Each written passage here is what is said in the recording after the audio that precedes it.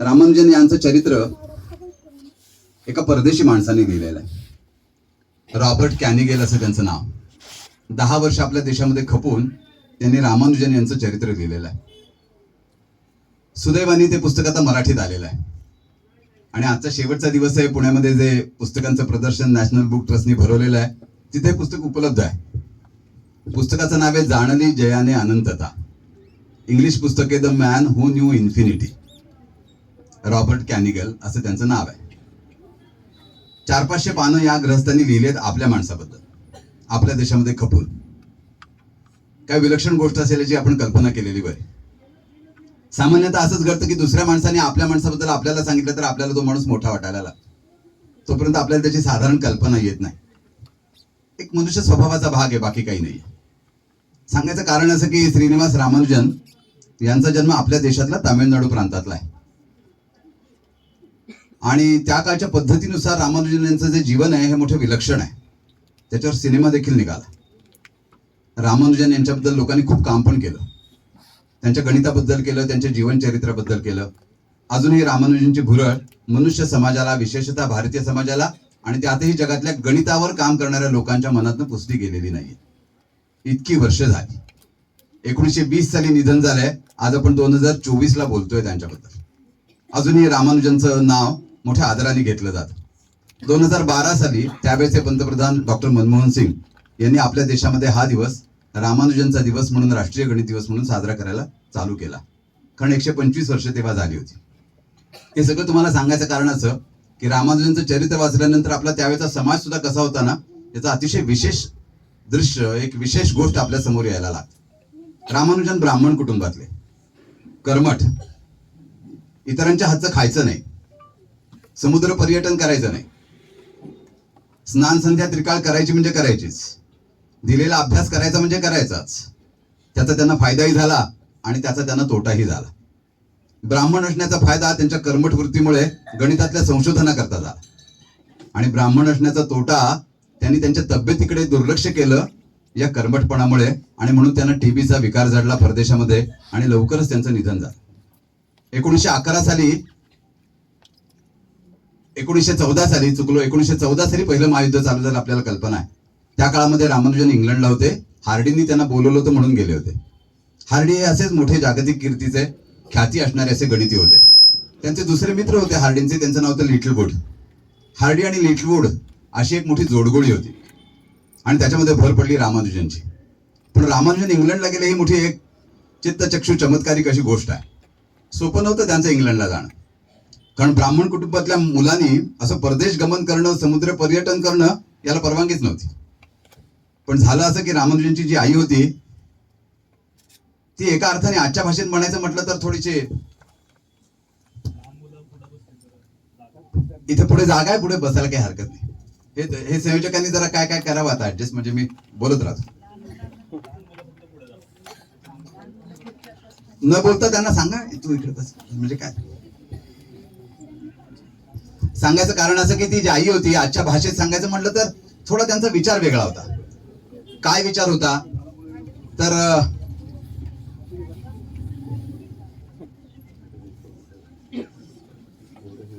झाले का सगळे स्थिर झाले? पटकन ये ना पुढे बस, पटकन बस बरं, मांडी घालून 1 मिनिटात बस.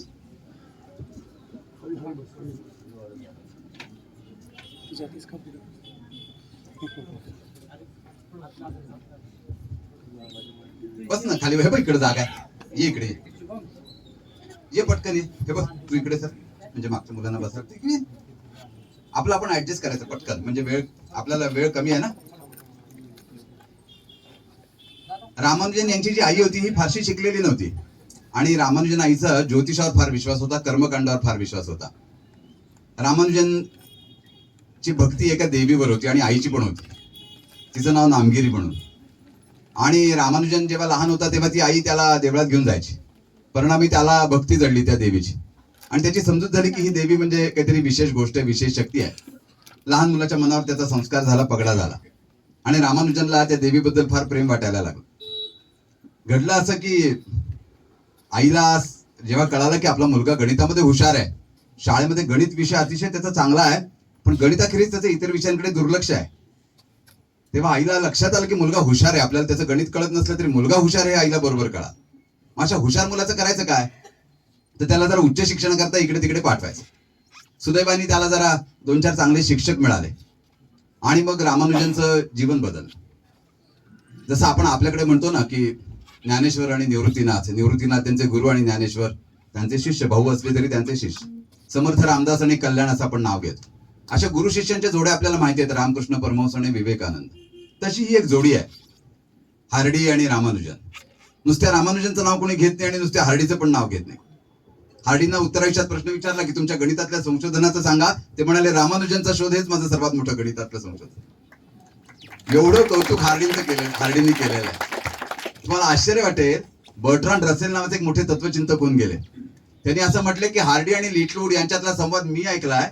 ते असं म्हणत होते की या भारत देशात, भारतवर्षात, हिंदुस्थानमध्ये एक न्यूटन कुसतोय रामानुजनच्या निमित्ताने. तेव्हा 1642 ला ज्याचा जन्म झाला अशा आयझॅक न्यूटनचं नाव बर्ट्रांड रसेल यांनी हार्डी आणि लिटलवूडच्या तोंडी ऐकलेलं आहे रामानुजन यांच्याबद्दलच. इतकं मोठं महान गणित. त्यांचं गणित आपल्याला थोडं समजायला नक्कीच कठीण आहे, शंका नाही. शालेय स्तरावरच्या मुलामुलींना किंवा सामान्य माणसांना समजेल असं काही संशोधन रामानुजनचं आहे. आपण बोलणार आहोत 1-2 मिनिटं. पण महत्वाचा मुद्दा असा आहे की रामानुजनची जी आई होती ती काही परदेशला त्याला पाठवायला तयार नव्हती. आणि त्यांना तरी परदेशला का जायची इच्छा झाली, तर कोणीतरी सुचवलं की यांच्याकडे जा. आणि हार्डी नावाच्या माणसाचं एक पुस्तक त्यांनी वाचलं होतं. अनंत नावाची जी संकल्पना आहे गणितातली, इन्फिनिटी, त्याचे वेगवेगळे प्रकार असतात. आणि या प्रकारांबद्दल हार्डींचं पुस्तक होतं, ते रामानुजनच्या वाचनात आलं होतं. वयाच्या 12व्या-13व्या वर्षीच रामानुजनच्या हातामध्ये एक पुस्तक पडलं, योगायोगाने पडलं. आणि त्यांनी ठरवलं की हे पुस्तक सगळं सोडवून टाकायचं. 4000 उदाहरणं होती, पण सोडवून टाकलं त्यांनी. स्वतःच्या बुद्धीनेच सोडवलं, शिक्षक नाही, काही नाही. पुढे मोठं झाल्यावर आणखीन 1-2 वर्षांनी त्याच्या लक्षात आलं की अरे ह्यातली काही उदाहरणं दुसऱ्या लोकांनी सोडवलीत की त्यांच्या आपल्या पद्धती सारख्या दिसत आहेत.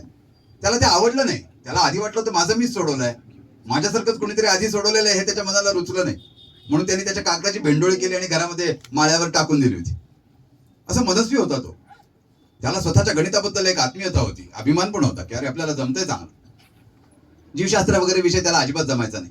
पेपरामध्ये त्यांनी लिहिले, या जीवशास्त्राने माझा जीव जातोय. फिजिओलॉजी नावाच्या विषयामध्ये 0 मार्क पडले त्याला. तुम्हाला आश्चर्य वाटेल, रामानुजनच्या आईला स्वप्नामध्ये नामगिरी देवी आली आणि तिला दृष्टांत दिला की या मुलाला तू पाठव म्हणून. रामानुजनचा एक मित्र होता अय्यर नावाचा. त्यांनी रामानुजनला सांगितलं की तू या देवळामध्ये 3 दिवस राहा आणि मग देवी तुला कौल देईल ते आपण मानूया. त्याप्रमाणे त्या फरशीवर तो झोपला. रामानुजन 3 दिवस तिथेच वावरला, घरी आला नाही. आणि देवीने कौल दिला, काय फुल वगैरे वाहिलं होतं ते अमुक बाजूला पडलं, त्याची समजूत की दिला देवीने कौल, आता आपण परदेशला जायला मोकळे झालो. आणि तिला दृष्टांत असा झाला आईला की रामानुजन असा चाललेला आहे, लाल त्याच्याकरता पायघड्या कोणीतरी अंथरलेल्या आहेत आणि कडेला काही लोक उभे आहेत दोन्ही बाजूला आणि ते त्याच्यावर गुलाबाच्या पाकळ्यांचा वर्षाव करतायत. तिला वाटलं हा शुभ शकून आहे, काहीतरी विशेष गोष्ट, हा संकेत मिळाला, आपण रामानुजनला पाठवलं पाहिजे परदेशला. आणि म्हणून रामानुजनला त्यांनी परदेशला पाठवलं. ती एक मोठी रोमहर्षक कहाणी आहे, आपण ती जरूर वाचा मूळ पुस्तकातून. अप्रतिम आहे, म्हणजे डोळे दिपवून टाकणारी आहे. आणि रामानुजन इंग्लंडला गेले. तिथे त्यांनी त्यांचं 3दा स्नान करण्याचं, संध्या करण्याचं व्रत काही सोडलं नाही. आईने आधी शपथ घेतलीच होती की मांसाहार करणार नाही म्हणून सांग, अपेयपान करणार नाही, गैर वागणार नाही. आईला शंका होतीच, मुलगा बुद्धिमान आहे, तिकडे जाऊन बिथरला तर काय घ्या, दुसऱ्या धर्मातल्या लोकांच्या बरोबर याचा संपर्क आला तर करा काय. म्हणून आईने ठरवलं की जाण्यापूर्वी याचं लग्न लावलेलं बरं. सामान्यतः माणसं जसा विचार करतात तसाच विचार, लग्नानंतर माणूस सुधरेल अशी जी कल्पना असती तसंच काहीच. आणि झालं असं की रामानुजनचं लग्न लागलं. रामानुजनचं वय होतं 21, मुलीचं नाव होतं 8-9, मुलीचं वय होतं 8-9 वर्षाचं, जानकी तिचं नाव. त्यांचं लग्न लावलं गेलं. पत्रिका आईनीच बघितली, मुलगी आईनीच ठरवली. रामानुजनलाही ती पसंत पडली, काही शंका नाही. रामानुजनलाही ज्योतिषाचा नाद होता. लहान वयातच त्यांनी ठरवलं होतं की वयाची 35 आपण ओलांडतो का नाही ओलांडत, जरा शंकाच दिसते पत्रिकेवर. रामानुजनची आई पण अशीच होती, तिलाही काही ना काहीतरी एक थोडी पात्रता होती तिच्या या गोष्टी कळण्याची. झालं असं की जानकी जी होती तिला पण बरोबर घेऊन जायचं रामानुजनच्या मनात होतं, कारण रामानुजनला तिच्याबद्दल प्रेम वाटायला लागलं होतं. पण आई म्हणाली ते काही करू नकोस, तुला तिथे जाऊन गणित करायचे, तिथे संसार केलास तर काय घ्या. आणि म्हणून आईने रामानुजनला एकट्याला पाठवलं. आणि रामानुजन तिकडे गेले. शाकाहार करायचं ठरवलेलंच होतं. जाताना शिधा घेऊन गेले. तिथे काही मिळायचं नाही फारसं. मग इथून बोटीने काही काळ शिधा जाण्याचा विषय आला, काही पैसे तयार झाले. मोठी वेगळी कहाणी आहे, नुसती रामानुजनची कहाणी 2-2.5 तासाचा विषय आहे. गणित आणि गणिती नावाचा जो विषय आहे ना, एकजीव कसे असतात त्याचं उत्तम उदाहरण म्हणजे श्रीनिवास रामानुजन आहे. वेगळं जीवनच नाही त्यांना गणिताखेरीज. त्यांनी असं म्हटलं की असं समीकरण मी मानतच नाही की ज्याच्यातून परमेश्वराचं दर्शन मला होत नाही. इतकं रामानुजनचा एक आध्यात्मिक विचार त्या गणितामधनं त्यांनी पुढे नेलेला आहे. पुढे रामानुजन इंग्लंडला गेले आणि हार्डी आणि लिटलवूड यांच्या लक्षात आलं की एक मोठा माणूस आपल्या समोर आहे. आधी पत्रव्यवहार झालेलाच होता आणि रामानुजननी 120 महत्वाची सूत्र हार्डींना कळवली होती. सगळीच्या सगळी व्यवस्थित लिहून पाठवली नव्हती. काहींच्या सिद्धता दिल्या होत्या आणि काहींच्या दिलेल्या नव्हत्या. हेतू हा की आपलं चोरलं तर काय घ्या, स्वतःच्या नावावर खपवलं तर काय घ्या, आणि म्हणून सगळं कळवलं नव्हतं. हार्डीने असं लिहिलंय की ज्या रात्री मला ते पाकिट आलं मी ते फोडलं नाही. बरेच दिवस ते माझ्या टेबलवर मी तसंच पडून दिलं होतं. ज्या दिवशी म्हणाले मी पाकिट फोडलं, हार्डी म्हणतात, मी लिटलवूडला कळवलं की ताबडतोब ये, एका महान गणितीचं काम माझ्या समोर आलेलं आहे, आपल्या दोघांना याचा विचार करायला पाहिजे. आंतरराष्ट्रीय कीर्तीचे एवढी ख्याती असणारे दोन्ही गणिती डोक्याला डोकं लावून बसले होते की या माणसाला हे सुचलं कसं. आणि जेव्हा रामानुजन तिथे गेले तेव्हा त्यांनी विचारलं याच्या सिद्धता कुठे आहे. गणितामध्ये सिद्धतेला फार किंमत आहे. सिद्धता हा प्राण आहे गणिताचा. मी असं वाचलं होतं की एक गणिती दुसऱ्या गणितीला असं म्हणतो, एक गणिती दुसऱ्या गणितीला असं म्हणतो की येणाऱ्या 15 मिनिटांमध्ये तुझं निधन होणार आहे असं जर मी म्हणालो आणि प्रत्यक्षामध्ये जर तसं झालं तर मला मोठा आनंद होईल. येणाऱ्या 15 मिनिटांमध्ये तुझं निधन होणार आहे असं जर मी म्हणालो आणि प्रत्यक्ष जर तसं झालं तर मला आनंद होईल, कारण ज्या गृहीत तत्वांच्या आधारे मी भाकीत केलं होतं की तू मरणार आहेस ती गृहीत तत्व खरी येत असा त्याचा अर्थ असतो. एवढी किंमत सिद्धतेला गणितामध्ये आहे. म्हणून रामानुजनने सिद्धता दिल्या पाहिजे तसा हार्डींचा आग्रह होता, पण रामानुजनला सिद्धता येत नव्हत्या. रामानुजन म्हणायचं ही देवी मला स्वप्नात सांगते त्याप्रमाणे मी लिहितो. पुढे पुढे हार्डींनी त्याचा नाद सोडला आणि ठरवलं याला काही सिद्धता वगैरे देण्याच्या भानगडीत पाडायला नको, याची ओरिजिनॅलिटी घालवायला नको, याचं जे मूळ आहे ना ते घालवायला नको. हा जसं काम करतो तसं त्याला करत करत पुढे न्या. रामानुजननी लिहिले की मला इतकी तिथे थंडी वाजायची की काही बोलायची सोय नाही. माझ्या बाथरूम मध्ये एक शॉवर होता, तिथून थोडंसं गरम पाणी कोमट पाणी यायचं, त्यामुळे बाथरूम मध्ये थोडी उभ राहायची, खोलीमध्ये राहायची नाही. 2-4 वेळा त्यांनी सांगून बघितलं पण तिथल्या लोकांनी काही व्यवस्था केली नाही. मग हा बाथरूम मध्ये बसून तास ते तास गणित सोडत बसायचा. फार सुंदर सुंदर व्याख्यानं त्यांनी तिथे ऐकली. एका विशेष माणसाचं व्याख्यान रामानुजनला तिथे ऐकायला मिळालं. आणि हो, याच्या अगोदरची एक कहाणी तुम्हाला भारतातली त्यांची सांगायचीच राहिली. अगदी लहान वयात वयाच्या 14व्या वर्षी लोणे नावाच्या माणसाचं त्रिकोणमितीचं पुस्तक रामानुजनच्या हातात आलं. ते अख्खच्या अख्ख पुस्तक त्यांनी सोडून टाकलं. 4000 सूत्रांचं एक पुस्तक काय आणि लोणेचं सगळं ट्रिग्नॉमेट्रीचं त्रिकोणमितीचं पुस्तक काय, त्यांनी एक हाती संपून टाकलं. इतका मोठा रामानुजन विलक्षण गणिती होता. आणि तिथे परदेशात गेल्यानंतर त्यांनी व्याख्यान ऐकलं. ते जे प्रोफेसर लिहित होते फळ्यावरचं, अर्धा-पाऊण तासानंतर रामानुजन थोडा हसायला लागला. त्याच्या चेहऱ्यावरचं हास्य बघून त्या प्रोफेसरांच्या लक्षात आलं हा परदेशातनं आलेला मुलगा, शेंडी राखलेला, थोडा तुलनेने वेगळा वाटणारा मुलगा, तो हसतोय, त्याच्या मनात काहीतरी आलेलं दिसतंय. म्हणून त्यांनी त्याला विचारलं तुला काही नवीन सुचलंय का. तो म्हणाला हो मला नवीन सुचलंय, याच्यापेक्षा पुढचं पण मला बरंच काही सुचलेलं आहे. तर ते म्हणाले ये पुढे येऊन सांग. त्याप्रमाणे तो गेला वर्गामध्ये आणि त्यांनी त्यांच्या पुढचं त्याला गणित सांगितल्यानंतर त्या गृहस्थांच्या लक्षात आलं की अतिशय विलक्षण चमक असलेला मुलगा माझ्या समोर शिकतोय. खूपदा असं घडतं ना की विद्यार्थी इतका मोठा होतो की काही बोलायची सोय नसते. अशा वेळेला तो जो शिक्षक असतो तो अतिशय हुशार असावा लागतो. हे त्याला कळावं लागतं की ही गोष्ट दुसऱ्याच्या हातात दिली तरच अधिक पुढे जाणार आहे. त्याने हार्डीला सांगितलं की हा विलक्षण गणिती तुम्हाला सापडलेले आहेत, काही शंका नाही. पुढे त्यानं टीबी झाला, रामानुजनला क्षय झाला. पण औषधं कशी घ्यायची. परधर्मीयांनी दिलेल्या औषधांमध्ये इकडे तिकडे काही असलं तर, आणि औषधांमध्ये प्राण्यांच्या शरीराचा व्यवस्थेचा काही भाग असला तर मांसाहार करायचा नाही आपल्याला. म्हणून हार्डी ते घ्यायला जरा टाळाटाळ, आपलं रामानुजन ते घ्यायला जरा टाळाटाळ करत होते. पण त्यांची समजूत काढण्यात आली आणि त्यांना ती औषधं देण्यात आली. महायुद्ध चालूच होतं. थोडेसे ते बरे झाले आणि मग त्यांना भारतामध्ये 1919ला भारतामध्ये आणलं गेलं. आणि काही कालावधीतच, काही महिन्यांच्या कालावधीतच रामानुजन यांचं दुःखद निधन झालेलं आहे. रामानुजन उतरल्या त्यांनी बोटीवरनं पहिला प्रश्न विचारला जानकी कुठे आहे.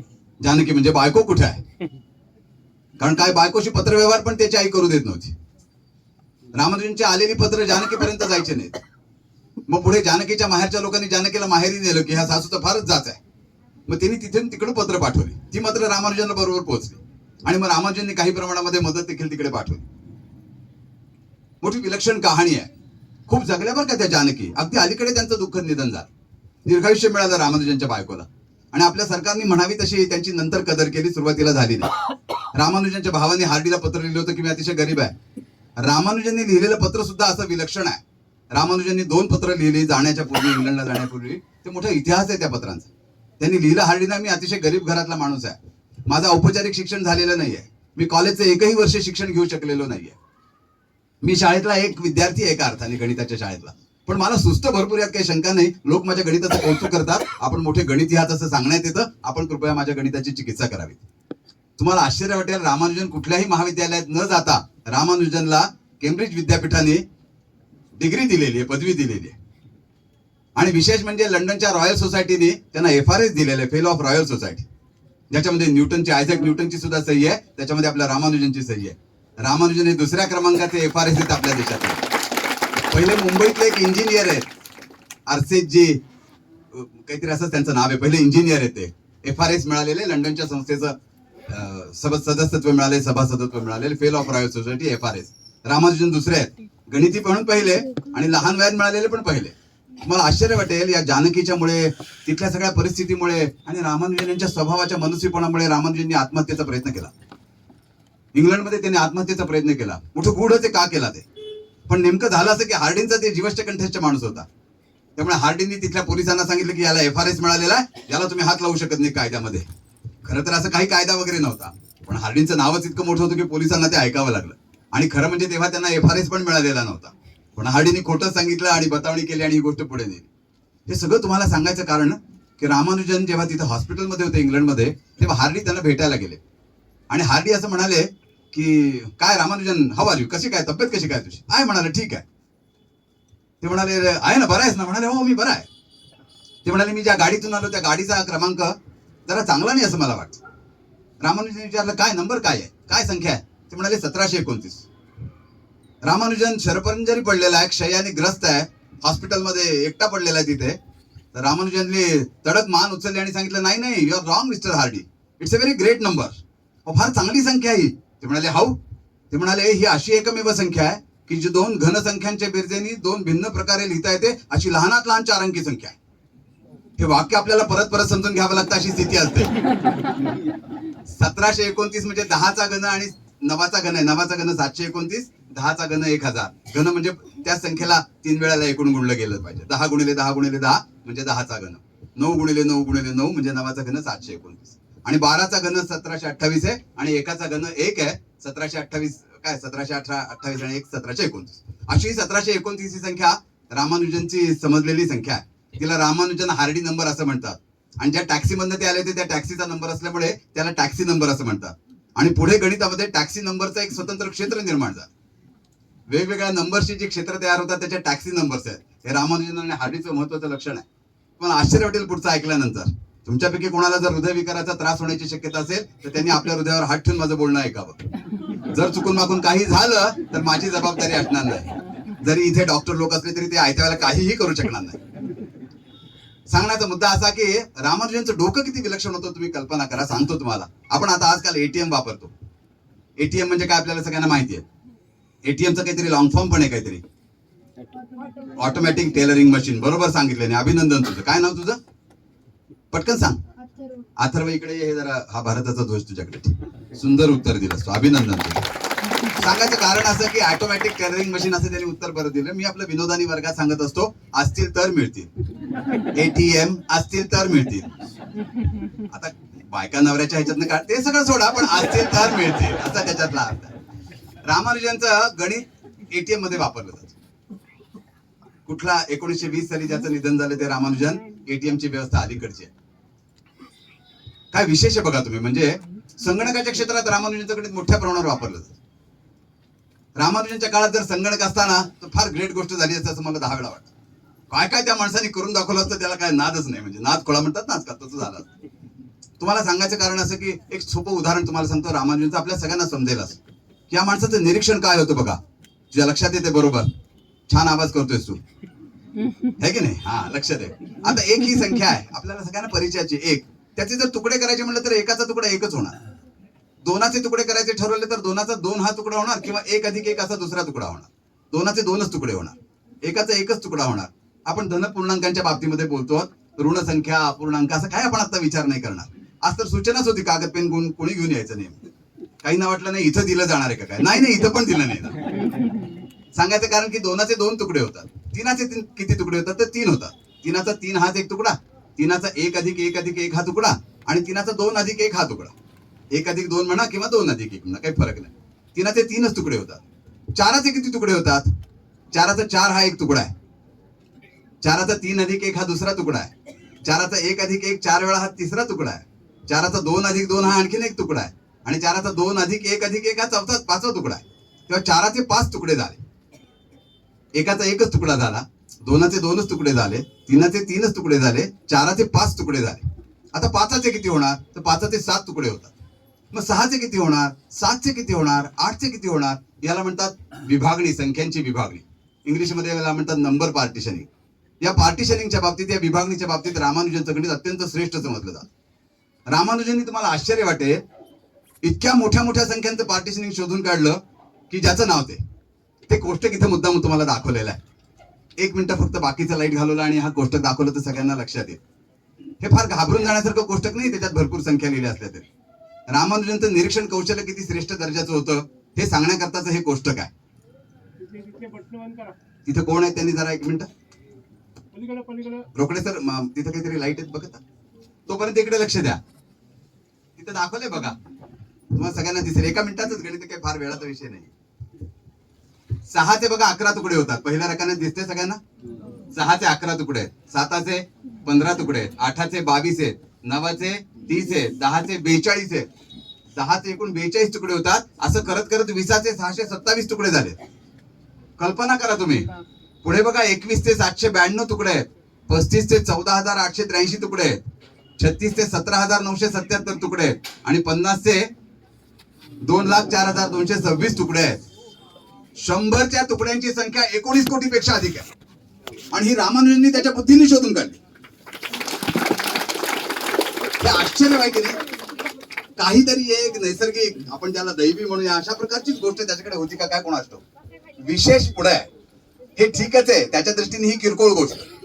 विशेष गोष्ट ही आहे की त्याचं असं म्हणणं आहे की 5चा पाढा सगळ्यांना येतो.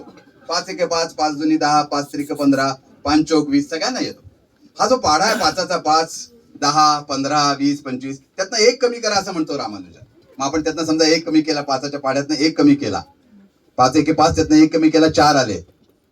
5 दुनी 10 त्यातनं 1 कमी केला, 9 आले. 5 त्रिक 15 1 कमी केला, 14 आले. 5 चौक 20 1 कमी केला, 19 आले. 5 5 25 1 कमी केला, 24 आले.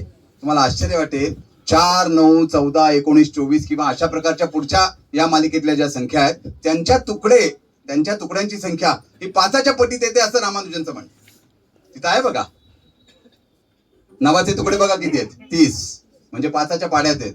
पुढची संख्या 14 आहे. 14चे तुकडे बघा किती आहेत? 135, 5च्या पाढ्यातली संख्या आहे. 19 बघा 5च्या पाढ्यातली संख्या आहे. हे रामानुजनचं विशेष, यात काही शंका नाही आहे. 7च्या पाढ्याबद्दल पण त्यांनी असं सांगितलं की 7चा पाढा लिहा आणि त्या पाढ्यातल्या प्रत्येक संख्येच्या अगोदरची संख्या घ्या. ही त्यांच्या विभागणीची संख्या 5च्या पाढ्यात असते असं त्याचं म्हणणं. हीच गोष्ट पुढे त्यांनी नेली आणि सांगितलं की 11च्या पाढ्यातल्या ज्या संख्या आहेत त्या 11च्या पाढ्यातली पहिली संख्या 11 आहे. तर 11तनं 5 कमी करा, राहतात 6. 6चे तुकडे किती आहेत बघा? 11 आहेत का? हा. 11च्या पाढ्यात 22 आहेत. 11 दुनी 22, त्यातनं 5 कमी करा, 17. बघा 17ची काय परिस्थिती आहे?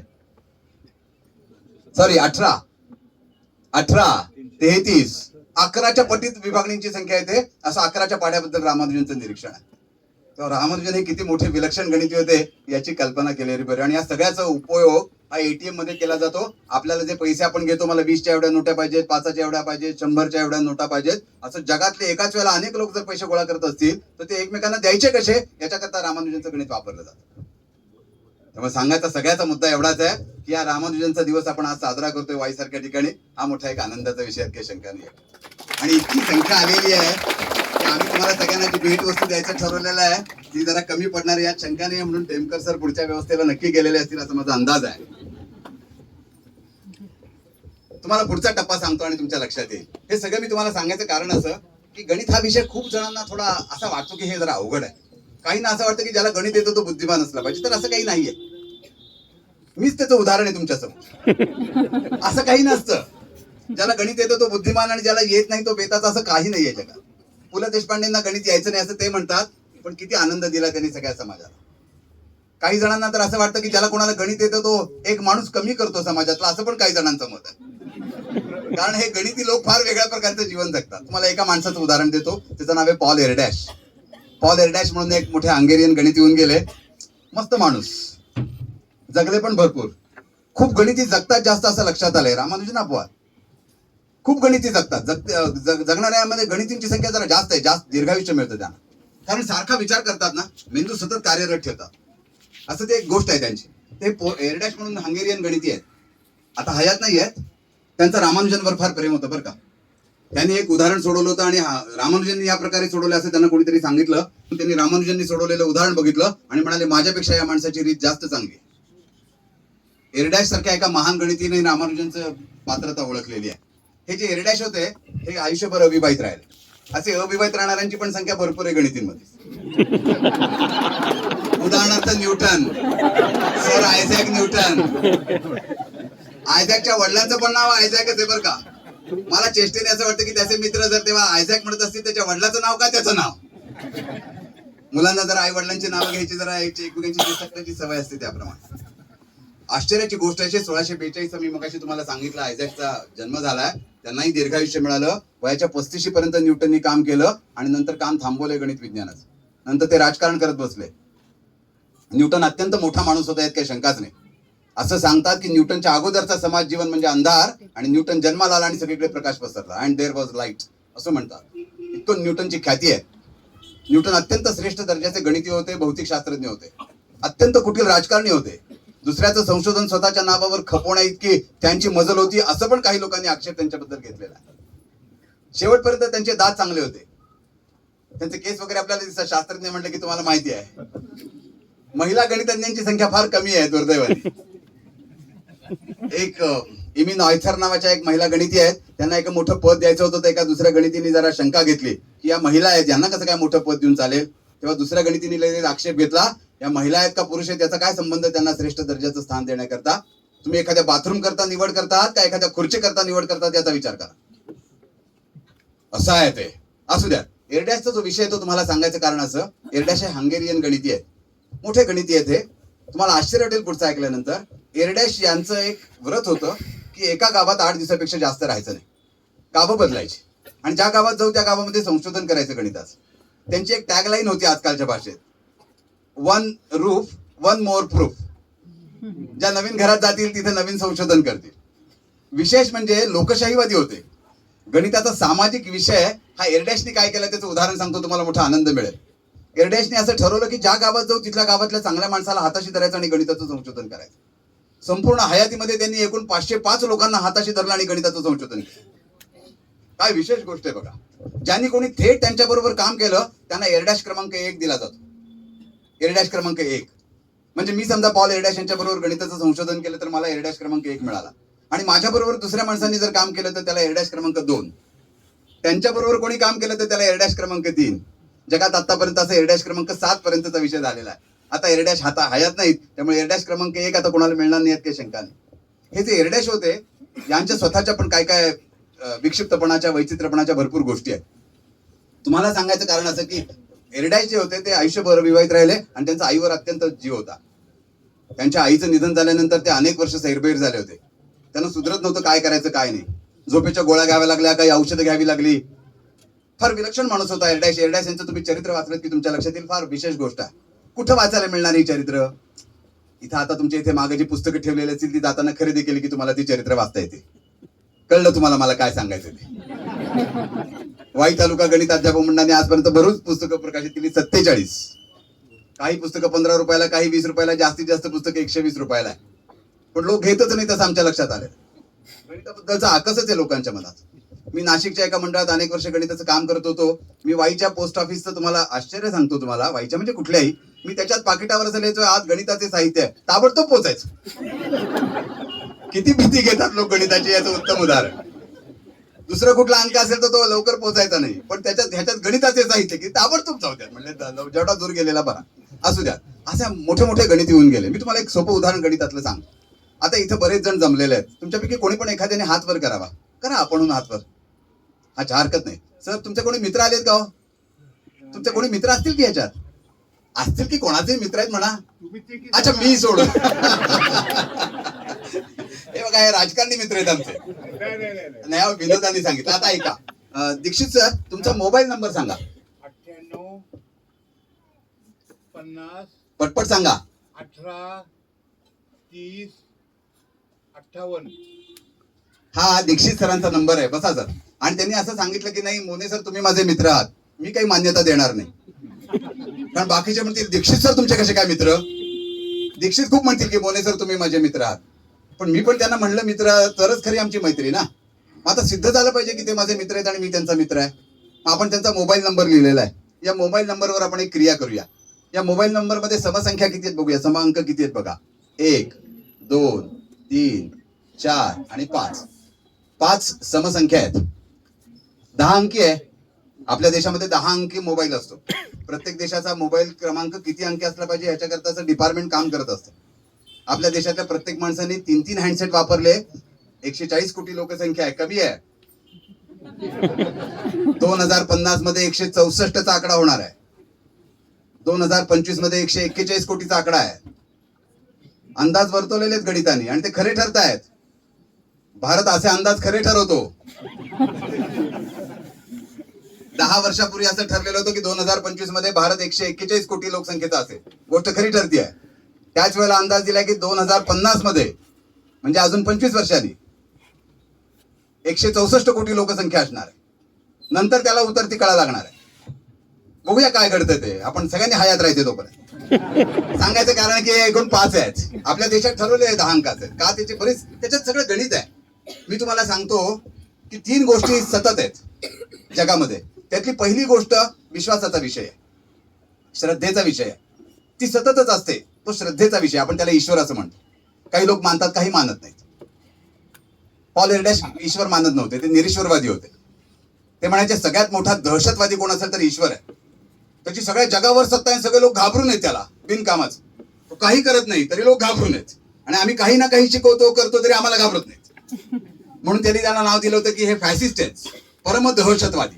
कोण? ईश्वर, असं एरडॅश म्हणायचा. एरडॅशची भाषा फार मजेशीर होती. तो लहान मुलांना म्हणायचा एप्सिलॉन. कारण गणितामध्ये ना एप्सिलॉन म्हणजे कमीत कमी किंमत असणाऱ्या गोष्टीला एप्सिलॉन असं चिन्ह वापरलं जातं. म्हणून तो लहान मुलांना म्हणायचा एप्सिलॉन. त्याच्या भारी व्याख्या होत्या त्याच्या. ते आता सगळं सांगायचं म्हणजे एरडॅशचं चरित्र आणखी 2-2.5 तासाचा विषय असू द्या. सांगायचं कारण हे 5 आहेत. मग आता विषम संख्या किती असणार? 5च. बरोबर. एकूण संख्या किती अंकी? 10. मग 10 लिहिले. आता ह्याच्यात सम अंक किती आहेत? एवढा शून्य एवढा सम आहे 1. विषम किती आहेत? 3. संख्या किती अंकी? 4. आता ह्याच्यात सम किती आहेत? 1. हे सतीश इकडे लक्ष दे.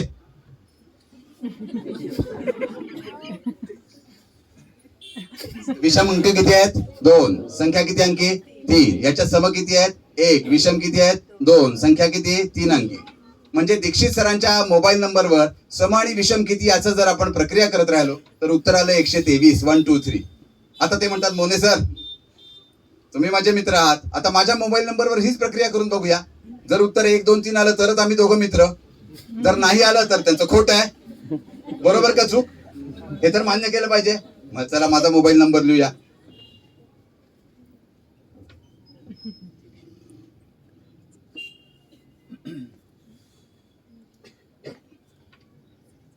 एक 2 3 4. बरोबर आहे. माझ्याकडे 4 समसंख्या आहेत. म्हणजे विषम किती झाल्या? 6. संख्या 10 अंकी. त्याच्यावरनं पुढे जाऊया. सम किती आहेत? 1 2 3. विषम 1. संख्या 4 अंकी. सम किती आहे? 1. विषम किती आहे? 2. संख्या 3 अंकी. आले की 1 2 3. त्यामुळे दीक्षित सर आणि मी मित्र आहोत यात काही शंका नाही. तुम्हाला आश्चर्य वाटेल, तुमच्या कोणाच्याही मोबाईल नंबरवर क्रिया केली तर 1 2 3च येतात. उगीच म्हणत नाही भारत माझा देश आहे, सारे भारतीय माझे बांधव आहेत. कारण आहे तसे. गणिताने एक गोष्ट सिद्ध होते यात काही शंका नाही. आपल्या महाराष्ट्रामध्ये कापरेकर नावाचे ग्रस्त होऊन गेले. कापरेकर ते अत्यंत सावरकर प्रेमी होते, भक्त होते त्यांचे, नाशिकचेच. त्यांना सावरकर म्हणजे जीव की प्राण होता. ते म्हणायचे विनायक दामोदर सावरकर 13 अक्षरी आहे. मी पण दत्तात्रय रामचंद्र कापरेकर 13 अक्षरी आहे. असं त्यांना ते एक अभिमान होता त्यांचा. ते कापरेकर जे होते त्यांनी एक संख्या शोधली. ते मोठे विलक्षण ग्रस्त होते कापरेकर. माध्यमिक शिक्षक, शाळेमध्ये देवळाला शिकवायचे. पण गणितातल्या अंकगणिताखेरीज त्यांना दुसरं काही फारसं काही आवडायचं नाही. भूमिती नाही, नवीन कुठल्याही गणिताबद्दल त्यांना फारशी रुची नव्हती, प्रेम नव्हतं, त्यांना ते काहीतरीच वाटायचं. संच सिद्धांताबद्दल, सेट थिअरीबद्दल तर ते म्हणायचे काहीतरी तुम्ही नवीन नवीन गणित आणता आणि गडबड करून ठेवता. जर एक वर्तुळ मांजरांचं केलं, एक वर्तुळ जर उंदरांचं केलं, तर त्यांच्या छेदसंचात काही राहील काय? मांजर सगळीच्या सगळी उंदरं खाऊन टाकणार आहेत काही शंका नाही. असं त्यांचं ते गणित होतं. कापरेकर सायकल चालवायचे, तर सायकलला हाताचा ब्रेक होता ना, तर तो ठेवला नाही, फक्त खालची जी तार होती तेवढीच ठेवली. म्हणले जर त्या तारेत पाय घातला तर सायकल थांबते, कशाला हाताने वापरा. त्यांनी सुताराला घरी बोलवलं, म्हणले माझ्या घराला जरा पत्रा नीट लावून दे. सुतारांनी बरोबर पत्रा लावून दिला. ते म्हणले थांब थांब, मी सांगतो तसा पत्रा लाव. तुम्हाला माहितीये पत्रा एक लावला की त्याच्या खाली दुसरा पत्रा लावावा लागतो, मग त्याच्या खाली तिसरा पत्रा लावावा लागतो, म्हणजे वर्णपत्रावर पाणी पडलं तर ते बरोबर खाली जातं. कापरेकर म्हणले मी सांगतो तसं लावायचं. पहिला पत्रा लावला असा, आता असा लाव. तो म्हणला अहो सर गुरुजी ते पाणी खाली येईल. तू काय बाकीचं बोलू नकोस, तुला काय पैसे पाहिजेत ना कामाचे, तुला मिळाल्याशी मतलब ना, मला असा पत्रा लाव. पत्रा लावला आणि त्यांनी पाणी ओतून बघितलं. म्हणले आज येते, तुझं म्हणणं बरोबर आहे. म्हणले पत्रा बदल. कापरेकर रस्त्यात उभे राहायचे, नाशिकला चौकात आले की स्वतःला सूचना द्यायचे, कापरेकर डावीकडे वळायचं, की डावीकडे वळायचं पुढे. असे होते कापरेकर. अतिशय गबाळे राहायचे. त्यांच्या एका विद्यार्थ्यांनी सांगितलं सर एवढं आंतरराष्ट्रीय कीर्तीचं संशोधन करणारे तुम्ही, जरा जरा छान कपडे घालून जा की वेगवेगळ्या परिषदांचा. नाही ते गबाळे राहायचे, सुतळी बांधायचे धोत्राला. ते म्हणायचे हे बघ ते काय ते बरोबर नाही तुझं, हे आमचं कसं जीवन बरोबर आहे. तरी पण त्या विद्यार्थ्याने एकदा त्यांना एक ब्रीफकेस दिली की तुमचं गणिताचे कागदपत्र त्याच्यात ठेवा. बरं म्हणाले, घेऊन गेले. नंतर काही दिवसांनी बघतोय तो विद्यार्थी तर परत यांचं बाचकच होतं. एक मोठं घेतली ती चौघडी, त्याच्यात कागदपत्र घालायचे, गाठ मारायचे आणि घेऊन जायचे. तो म्हणला सर दिली की तुम्हाला छान ब्रीफकेस. तर ते म्हणाले काय आहे तुझ्या ब्रीफकेस मध्ये, ते कागद फार वर खाली करावे लागतात, हे कसं उघडलं की सगळ्याच्या सगळं समोर आहे. जाताना सुतळ्या घेऊन जायचे, कुठे गेलं तर तिथे लावल्या सुतळ्या की त्याच्यावर कपडे वाळत घातले की काम झालं, कमरेला सुतळी. कापरेकर म्हणजे मोठे. 2005 साली त्यांचं जन्मशताब्दी वर्ष झालं, पुण्यतिथीचं वर्ष झालं. तेव्हा 4-5 पुस्तकं बाजारात आलीत मराठी, तुम्ही जरूर खरेदी करा. आपण सगळ्यांनी पुस्तकं खरेदी केली तर समाज काहीतरी जरा जिवंत राहील. खूप पुस्तकं खरेदी केली पाहिजेत लोकांनी. जास्तीत जास्त आपली गुंतवणूक मुलांनी माणसांनी पुस्तकांमध्ये केली पाहिजे. आम्ही तर एक नवीन उपक्रम चालू केलाय वाईतल्या काही लोकांनी, त्याच्यात कोठाळे आहेत, आणखीन 4-5 लोक आहेत. वाचणारं वाई करूया. जसं पुस्तकांचं गाव भिलार आहे तसं वाचणारं वाई करूया, फुकट करूया, काही अडचण नाहीये त्याच्यात. पालकांनी मुलांना म्हटलं पाहिजे अर्धा तास वाचन कर, आठवड्यातून अर्धा तास, आठवड्यातून 1 तास. असं वाचणारं वाई झालं तर वाचेल काहीतरी गोष्ट, नाहीतर वाचणार नाही, नंतर वाचवणार पण नाही. बरोबर आहे ना मी काय म्हणतो ते. कापरेकर एक संख्या शोधली, ती आहे 6174.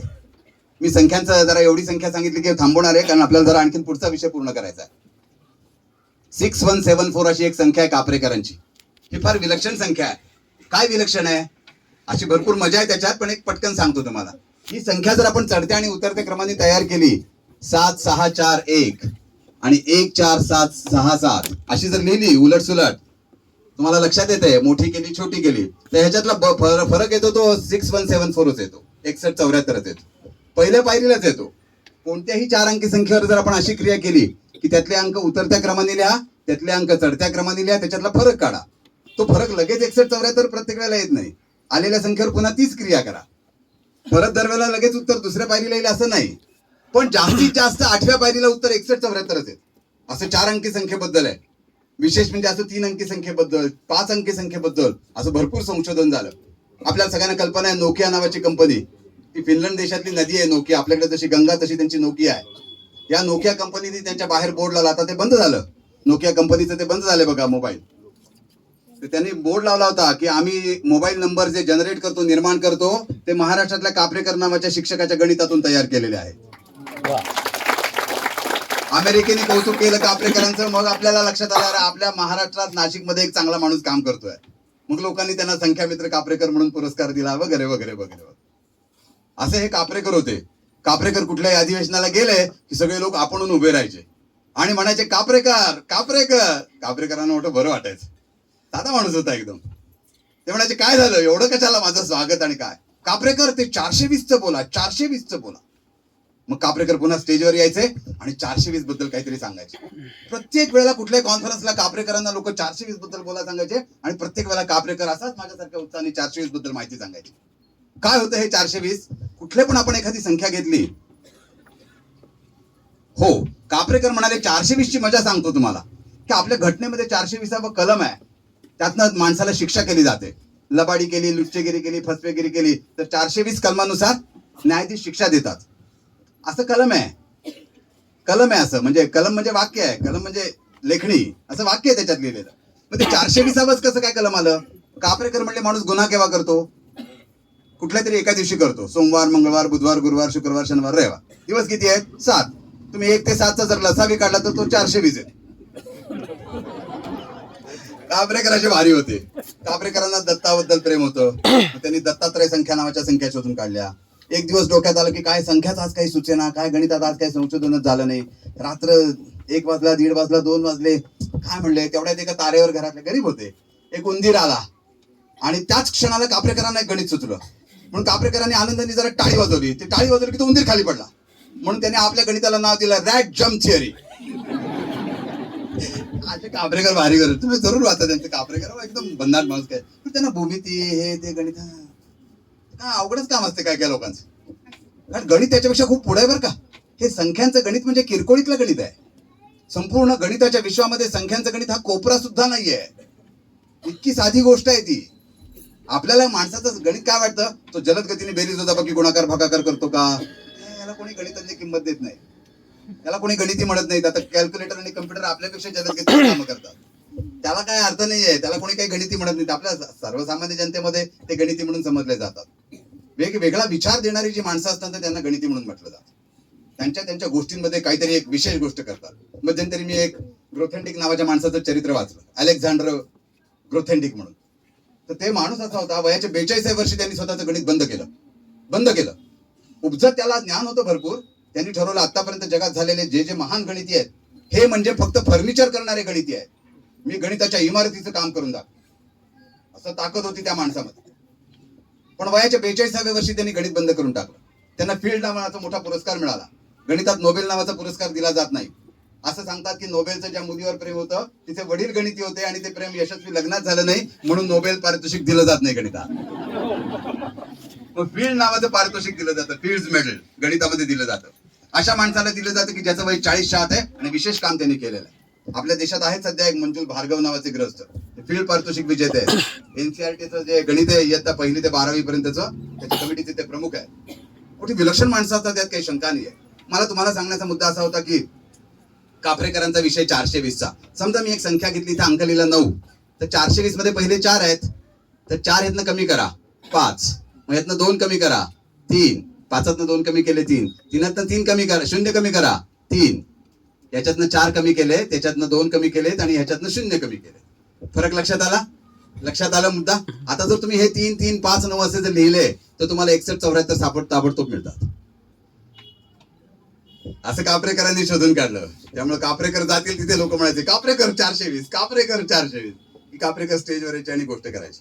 असू द्या, मी तुम्हाला मगाशी म्हटलं तसं हे संख्यांचं गणित फार विलक्षण विषय आहे, खूप मोठा विषय आहे. संपूर्ण गणित विश्वामध्ये जरी तो छोटा असला तरी सर्वसामान्य माणसांच्या दृष्टीने तो आवडीचा विषय असल्यामुळे त्याच्यावर जास्तीत जास्त भर दिला जातो. आणि म्हणून आश्चर्यकारक गतीने गुणाकार भागाकार बेरीज वजाबाकीची बरीच पुस्तकं बाजारामध्ये खपतात. अशा प्रकारची पुस्तकं शिष्यवृत्तींकरता पण तयार केली जातात. आणि एखाद्या मुलाला माणसाला गणितामध्ये चांगले गुण मिळाले की सगळ्यांना वाटतं ह्याला गणित येतं म्हणून, पण तसं खरं नाहीये. गणित जरा वेगळा विषय आहे. कोणाला गणिती म्हणायचं तर ज्याचं बीजगणित पक्क आहे त्याला गणिती म्हणतात. बीजगणित जास्त महत्वाचा विषय आहे अंकगणितापेक्षा. आता त्याच्यात अंकांच्या ऐवजी अक्षर वापरण्याची मुभा आहे आणि ते लवकर माणसाच्या मनाला पटत नाही. हे काय एक्स म्हणजे 3, एक्स म्हणजे 5, एक्स नंतर समजा आपण म्हणलं की 5 नंतर संख्या 6, एक्स नंतर सांग, तो मुलगा म्हणतो वाय. त्याला वाटतं एक्स नंतर अक्षर सांग. त्यांनी सांगायला पाहिजे एक्स नंतर x + 1, पण ते मूल सांगत नाही. नुकतंच मला एका मुलीने कोंडीत पकडलं, इयत्ता 8वीतली मुलगी. मी वर्गात शिकवत होतो आणि भागाकार आला, कुठे गेलं बघा पेन. हे असंच असतंय, घोटाळा होतोय माणसाचा. 4/8 होतं. मी म्हटलं 4 × 1 = 4, 4 × 2 = 8. त्या मुलीने हात वर केला, जिकरा नावाची मुलगी, तिने हात वर केला, म्हणाली अहो सर हे तुमचं चुकलंय. काय चुकलं? ती म्हणाली सर हे 8 छेदात आहेत आणि 4 अंशात आहेत ना. म्हटलं हो. मग तुम्ही 4 × 1 = 4 इथं वर आहेत, तर अंशाने छेदाला कसा काय भाग दिला? हो म्हटलं करेक्ट. माझं 37 वर्षाची मास्तर की एका मिनिटात तिने पाण्यात घालवली. मला भारी आहे म्हणलं. मग म्हटलं थांब जरा, असं करूया आपण 15/18. मी काय कच्च्या गुरुचा चेला नाही आहे. आमच्या राईलकर नावाच्या सरांनी मला खूप गोष्टी शिकवलेल्या आहेत. मला एकदा म्हणाले मोने सर जरा हसत खेळत गणित शिकवण्याकडे कल दिसतोय, चांगली गोष्ट आहे, पण जरा सोपं शिकवा. फार बुद्धिमान पोरांना शिकवत बसू नका, साध्या पोरांना गणित आवडेल असं बघा. आजचा जो लोकगणिताचा विषय चाललाय ना आपला, मी तुमच्याशी बोलतोय, हे राईलकर सरांचं स्वप्न होतं. आज ते हयात असते तर त्यांना एवढा आनंद झाला असता विचारू नका. आता वर असतील तर माझ्याकडे बघतच असतील याची मला खात्री आहे. तुम्हाला सगळ्यांना तो नवीन टोकियो नावाचा सिनेमा माहिती आहे, त्यातलं गाणं पण तुम्हाला माहिती आहे. कोणतं? सायोनारा सायोनारा, माहिती आहे ना? ऐकावं लागतं व्याख्या, त्याचा आवाज कसाही असला इकडे तिकडे तरी. Sayonara sayonara. आमच्या राईलकर आणि मी एकदा असं झालं की मी एक प्रश्न त्यांना विचारला, त्यांनी सोडून माझ्याकडे पोस्ट कार्डावर पाठवला. मलाही वाटलं अरे आता वय 83-84 झाले तरी हे वयोवृद्धग्रस्त आपले जिरवत आहेत. हा, आपले गुरुच आहेत पण जिरवत आहेत आपली. आता काय करा म्हणून मी विचार केला मला वेगळ्या पद्धतीने सुटतं का. मग सुटलं उदाहरण. मग मी त्यांना परत पाठवलं.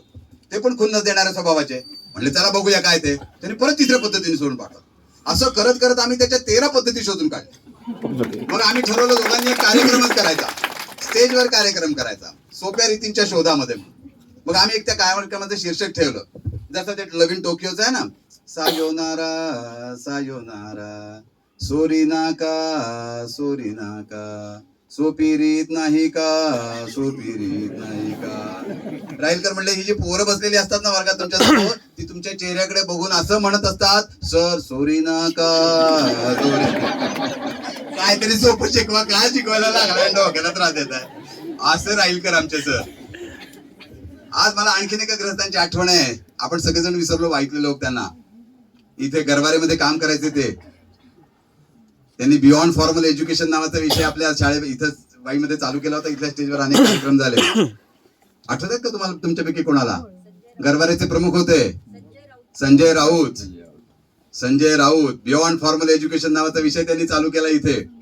म्हणजे शालेय शिक्षणाच्या पलीकडे शालेय शिक्षणाला धरून मोठी कामं झाली पाहिजेत. 5-6 वर्ष त्यांनी तो चालवला पण त्यांच्या माघारी लगेच बंद पडला कार्यक्रम. हे आपलं असंच होतं सगळ्यांचं. किंवा आताचा सुद्धा कार्यक्रम हा त्याच प्रकारचा आहे, बियॉन्ड फॉर्मल एज्युकेशन. शालेय शिक्षणाला धरून पण शालेय शिक्षणाच्या पलीकडे. त्याचाच उपयोग होतो व्यवहारात अधिक. आनंदच मिळतो ना. आणि त्याच्याकरता तर जीवन जगतो की माणूस, दुसऱ्या कशाकरता जगतो? नुसत्या पैशाकरता नाही माणूस जगत. आनंद पाहिजे असतो त्याला म्हणून जगतो. आणि तो आनंद असा ज्ञानाच्या साह्याने मिळत असतो, सर्वश्रेष्ठ आनंद. मी मग अशी बोलता बोलता तुम्हाला नाही का सांगितलं की ईश्वर नावाचा विषय जर श्रद्धेचा असेल तर तो सगळीकडे सतत असतो. तो कधी असा शिळा होत नाही असं म्हणतात. तो सतत ताजा तवाना असतो. लाखो वर्षापूर्वी पण ईश्वराची कल्पना तशीच होती, ताजी तवानी टवटवीत. लाखो वर्षानंतर पण ती तशीच असणार आहे. ती शिळी नाही होत. शिळा माणूस होतो पण ईश्वराची शक्ती कधी शिळी होत नाही असं एक प्रमाण मानलेलं आहे. तो श्रद्धेचा भाग आहे, त्यामुळे आपण त्याच्याबद्दल काही अधिकृतपणे बोलू शकत नाही. पण दुसऱ्या 2 गोष्टींबद्दल आपण अधिकृतपणे बोलू शकतो की विज्ञान आणि गणिताच्या शिवाय जीवनाला काही अर्थ नाहीये. 24 तास सतत जागे असू द्यात अथवा झोपेत असू द्यात, लहान मुलं असू द्यात अथवा वयोवृद्ध असू द्यात, विज्ञान आणि गणिताच्या वापराशिवाय जीवनच नाहीये. हर घडी हर क्षणाला विज्ञान आणि गणित वापरतो आपण. सतत वापरत असतो, यात काही शंका नाही. ही फार विशेष गोष्ट आहे विज्ञान आणि गणिताच्या ताकदीची. आणि गेल्या 400-500 वर्षामध्ये माणसांनी त्याची चुणूक दाखवलेली आपण काय करू शकतो त्याचा नमुना आलेला आहे. आता तर कृत्रिम बुद्धिमत्तेचं जग आलेलं आपल्या सगळ्यांना कल्पना आहे. हे साधं मशीन आहे, हे सगळ्या मुलांनी वापरलंच पाहिजे यात शंका नाही. पालकांनी मुलांना मोबाईल दिलाच पाहिजे यात काही शंका नाही.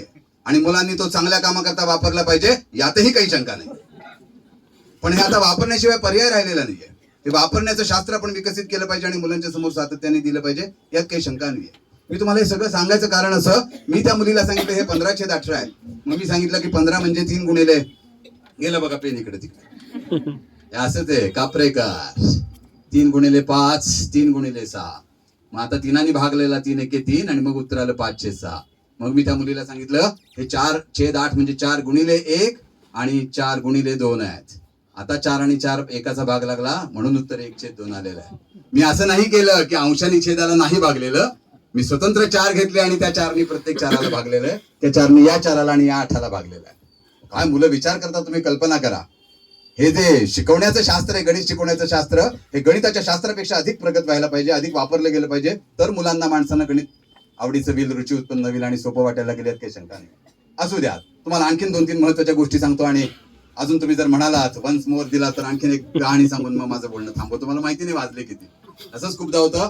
अनेक शिक्षक माझ्या वर्गाच्या बाहेर घंटा पडली तरी वाट बघतात, नाक मुरडून जातात. यांचं असंच चालतं म्हणतात. असू द्या. हे इथे ठोकळे ठेवलेले काही ना वाटेल कशाला आणलेत. हा एक विशेष ठोकळा आहे, परिचयाचा आपला. याला एकूण 6 पृष्ठभाग आहेत. 6 पृष्ठभागांनी तयार झालेला ठोकळा आहे. आणि हे सगळे चौरस आहेत. याला घन म्हणतात. घन म्हणतात, त्याला इंग्रजीमध्ये क्यूब म्हणतात. आता हा पण एक ठोकळा आहे, हा त्रिकोणी आकाराचा आहे, पिरॅमिड म्हणतात त्याला. बरोबर, अभिनंदन. बरोबर. कोणी सांगितलं पिरॅमिड उत्तर? तू सांगितलंस. खरं सांगितलंस, खोटा हात वर करायचा नाही. तू म्हण पिरॅमिड म्हणून, पिरॅमिड म्हण. हा, तरच तुला देणार बक्षीस. कारण मी बघितलं होतं दुसऱ्या मुलांनी पिरॅमिड म्हटलं. आपल्याला काहीतरी मिळणार म्हणून पोरगा असं करत असतो. मोठी माणसं पण करतात की साहेबाच्या समोर गुड मॉर्निंग साहेब, काय मनात गुड मॉर्निंग वगैरे नसतं. हे आता आली डोक्याला का लई असंच असतं त्या गुड मॉर्निंग मध्ये. म्हणताना मात्र जरा good morning sir, good morning, good morning. आपण ओळखायचंय गुड मॉर्निंग. आणि पदावर बसलेल्या लोकांचं एक वैशिष्ट्य असतं, ज्या दिवशी ज्याचा वाढदिवस आहे ना, त्याचं लगेच कौतुक करायचं आणि त्याला जादा काम द्यायचं. माणसं उत्साहाने करतात, असा माझा अनुभव असेल. सांगायचं कारण की हा एक पिरॅमिड आहे, याला 4 पृष्ठभाग आहेत, सगळे त्रिकोण आहेत. इथे सगळे चौरस वापरलेले आहेत. हा दुसरा आहे, हा अष्टपृष्ठाकृती आहे, ऑक्टाहेड्रॉन म्हणतात त्याला. 8 पृष्ठभाग आहेत आणि सगळे समभुज त्रिकोणांनी तयार झालेले आहेत. हा एक पंचकोनांनी तयार झालेला आहे, 12 पंचकोन एकमेकांना जोडून तयार झालेला आहे. 12 पंचकोनांनी तयार झालेला आहे. आणि हे सगळे त्रिकोणच आहेत, समभुज त्रिकोण असे 20 आहेत, 20 एकमेकांना जोडून तयार केलेले. याला 20 पृष्ठाकृती म्हणायचं. ही 20 पृष्ठाकृती, ही 12 पृष्ठाकृती, ही 8 पृष्ठाकृती. अष्ट म्हणायचं काही कारण नाही, आपल्याला मराठीत 8 आहे, काय हरकत नाही म्हणायला. 2 भाषांनी आपला घोटाळा केलाय की इंग्लिश आणि संस्कृत. जुन्या काळात संस्कृत, आता इंग्लिश. किती मजाच चाललेली आहे सगळी. असू द्या, आता तो विषय नाहीये. हे 5 गोष्टी आहेत जगामध्ये, फक्त अशा 5च गोष्टी तयार होतात. 6वी गोष्ट तयार करता येत नाही. विशेष म्हणजे याचा उपयोग औषधशास्त्रामध्ये केला जातो. डॉक्टर जेव्हा आपल्याला औषध देतात आणि आपण बरे होतो, ते बरे कसे होतो, तर ते औषध त्या रोगावर काम करतं तेव्हा आपण बरे होतो. पण ते काम करतं म्हणजे काय करतं, त्याची जी सगळी सिद्धांत थिअरी आहे ना, त्याच्यामध्ये या प्रकारचे रेणू तयार केले जातात औषधाचे. त्या औषधाचा विशिष्ट प्रकारचा रेणू तयार केला जातो आणि ते लॉक आणि की सारखे काम करतात. तेव्हा हे जे फार्माकोलॉजी मधली जी सगळी थिअरी आहे, त्याच्यात मॅथमॅटिक्स वापरलं जातं. 5 बहुपृष्ठाकृती वापरल्या जातात. जगामध्ये फक्त या 5च आहेत. त्यांना प्लेटोच्या घनाकृती असं म्हणतात. प्लेटो नावाच्या माणसाने शोधून काढले आणि 5च आहेत. याची सिद्धता पण कोणालाही समजेल इतकी सोपी. आज मी शिकवणार नाही, काळजी करू नका, सोपी सिद्धता आहे. अशा बऱ्याच गोष्टी. आणखीन एक तुम्हाला गोष्ट दाखवतो. हे बघा, ही पट्टी आणलेली आहे मी. ही पट्टी आहे, बरोबर आहे. या पट्टीला 2 पृष्ठभाग आहेत. हा एक पृष्ठभाग जो तुम्हाला दिसतो तो, आणि हा मला दिसतो तो. पण मोबियस नावाच्या माणसाने या पट्टीचा एकच पृष्ठभाग तयार केला. किती पृष्ठभागाचा केला? एकच. तुम्हाला मदत करणार, ये इकडे, इकडे. तुझं नाव काय? आर्यन, इकडे तो उभा राहा. हा माईक हातात, त्यांना पण दिसलं पाहिजे, पार्टनर आहे. माईक मला द्यायचं तुला. आता ही जी पट्टी आहे ना, ही अशी पट्टी, याला एक पृष्ठभाग आहे, इकडे एक पृष्ठभाग आणि इकडे एक पृष्ठभाग आहे. तर त्या मोबियसने काय केलं माहितीये का, ही पट्टी अशी जुळवली तर एक आतला पृष्ठभाग झाला आणि एक बाहेरचा पृष्ठभाग झाला. म्हणजे एखादा किडा इथे असेल तर त्याला बाहेर यायचं म्हटलं तर ही कड ओलांडावी लागणार, किंवा खालनं कड ओलांडावी लागणार. म्हणून त्या मोबियसने केलं काय, तर ही जी पट्टी आहे, ही पट्टी आहे, या पट्टीला एक हे दिलं, ट्विस्ट, एक काय म्हणूया, एक वळवली, ती अशी वळवली आणि इथे जोडली. लक्षात येते तुमच्या? ही अशी इथे जोडली आणि केली, अशी तयार केली. आता जर तुम्ही विचार केलात, ही अशी केलेली आहे. आता जर विचार केला तर ही एका पृष्ठभागाचीच तयार झाली. कसा बघा, मी इथून एक बोट फिरवतो, इथून बोट फिरवलं, इथे आलो बघा, इथे आलो, दिसते तुम्हाला? ते फसवणूक नाही चाललेली, नाही चाललेली. इथे आलो बघा, आत गेलो. आता आत गेलो, आतून परत प्रवास चालू केला, हे बघा बाहेर आलो. तेव्हा मोबियसने आत आणि बाहेर काही नसतं असं सांगणारं एक उपकरण तयार केलं. विशेष म्हणजे जे इंजिनियर्स असतात, आर्किटेक्ट असतात, ते अशा गोष्टींचा वापर करतात. अशा इमारती बांधण्यात आलेल्या आहेत. त्या इमारतीच्या आत आपण गेलो तर बाहेर गेल्याचा अनुभव येतो आणि बाहेर राहिलो तर आत गेल्याचा अनुभव. अशा विलक्षण इमारती बांधलेल्या आहेत. अशी एक मोबियसची पट्टी आहे. याचं प्रत्यक्ष मॉडेल तुम्हाला द्रविड स्कूलच्या क्रीडांगणावर पाहायला मिळेल. मोबियसची पट्टी आहे, बरोबर आहे ना? अभिनंदन तुझं. तुला पण काहीतरी बक्षीस पाहिजे असं वाटलं असेल की? खरं सांग, खरं बोलायचं. वाटलंय का नाही वाटलंय? हो म्हण, नसतं नाही म्हण. काय वाटलंय? हो, इकडे पुढे ये.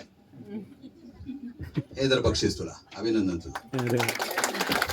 बर, असू द्या. तर सांगायचं का, आता हे बघा, एक साधं उदाहरण. एक बॉक्स आहे, आपल्या घरात पण असतं. हे बॉक्स आहे असं, बरोबर आहे? याच्यात काही गणवागणवी नाहीये. हे बॉक्स आहे, बरोबर आहे? काही याच्यात काही नाही, जादूचे प्रयोग नाहीये, पण जादूपेक्षा भारी आहेत. गणित असं जर लोकप्रिय झालं तर मजा येईल, नाही का? तुम्हाला काय वाटतंय? नाही काय येणार? कितीतरी लोकांना वाटायला लागलं, अरे शाळेत असताना माझ्याकडे हे आलं असतं तर बरं झालं असतं. पण आम्हाला पण वाटलं पाहिजे की शाळेत हा विद्यार्थी असता तर बरं वाटलं असतं. सांगायचं कारण हे बॉक्स आहे. या बॉक्स मध्ये हे एक टोक आहे, इकडचं टोक.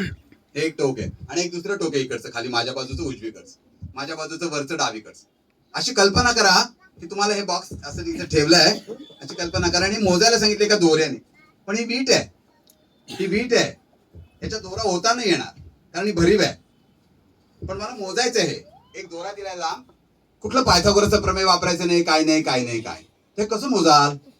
ज्या शिक्षकांना माहिती आहे, ज्यांनी माझ्या बरोबर काम केले त्यांनी उत्तर द्यायचं नाहीये, नाही तर त्यांना इथलं पुढचं लेक्चर घ्यायला लावेल. हा वरचं टोक आणि खालचं टोक हे मोजायचंय, कसं मोजाल? तुमच्यापैकी कोणाला काही युक्ती सुचते का बघा, सांग. हाताने मोजता येईल असं तो म्हणतो. नाही, दोरा दिलाय तुला आणि त्या दोऱ्याची लांबी किती ती नंतर पट्टीवर मोजायची. तू विचार चांगला केलास, तो अभिनंदन तुझं, आणि सगळ्यांच्या समोर उत्तर द्यायचा प्रयत्न केला, त्याच्याबद्दल तुझं कौतुक आहे. अरे असंच पाहिजे ना, इतक्या गर्दीच्या समोर बोलायचं धाडस फक्त लहान मुलं दाखवतात. हा, अच्छा, ती म्हणते दोरा असा तिरपा घेतला तर लांबी जास्त भरेल ना. मला या टोकापासून अजून इतक्या टोकापर्यंतची लांबी मोजायची. या टोकापासून हा, तो म्हणतो की हे वरची मोजायची. तुम्ही मला सांगा बरं, ही वरची लांबी आणि आतली इथपासूनची लांबीत फरक असेल? फरक असेल, बरोबर. आता त्याला कळालं. तुम्हाला आश्चर्य वाटेल, अरविंद गुप्ता नावाचे ग्रस्त तुम्हाला सगळ्यांना ठाऊक आहेत. त्यांच्या पुस्तकामध्ये हे कोड दिलं होतं त्यांनी, फार सुंदर आहे. साधा मुद्दा, ह्याच्यात काही अवघड नाहीये. मी तुम्हाला हे करून दाखवतो, तुमच्या लक्षात येईल. इथे ठेवून दाखवतो, इथे, म्हणजे इथे तुमच्या लक्षात येईल. तुम्हाला सगळ्यांना दिसेल अशी अवस्था कुठे आहे? हे दिसतंय? हे जरा हे उलट कर.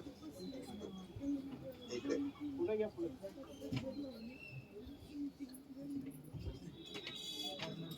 शाबास, चांगली मदत केलीस. हे तुला कार्ड दे.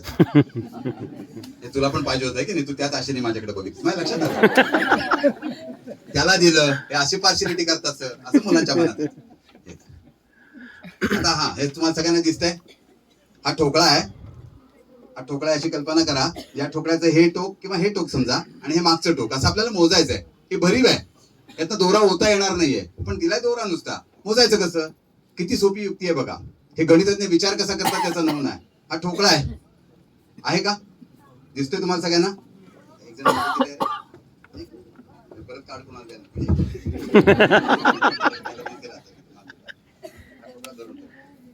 हा, या मुलाने ठोकळा धरलेला आहे, मी हा या कोपऱ्यात बसवलेला आहे. आता या ठोकळ्याची मी लांबी तुम्हाला दोऱ्याच्या साहाय्याने मोजून दाखवतो. कल्पना करा, माझ्या हातात दोरा आहे, बरोबर आहे. आता विचार करा, मला दोऱ्याने मोजायचंय, पण दोरा मला होता येत नाहीये, पण मला दोरा तर ओवायचा आहे. मग करायचं काय? हे याचं जेवढं घनफळ आहे तेवढ्या घनफळाचं जर मी पोकळ गोष्ट बनवली तर मला मोजता येणार.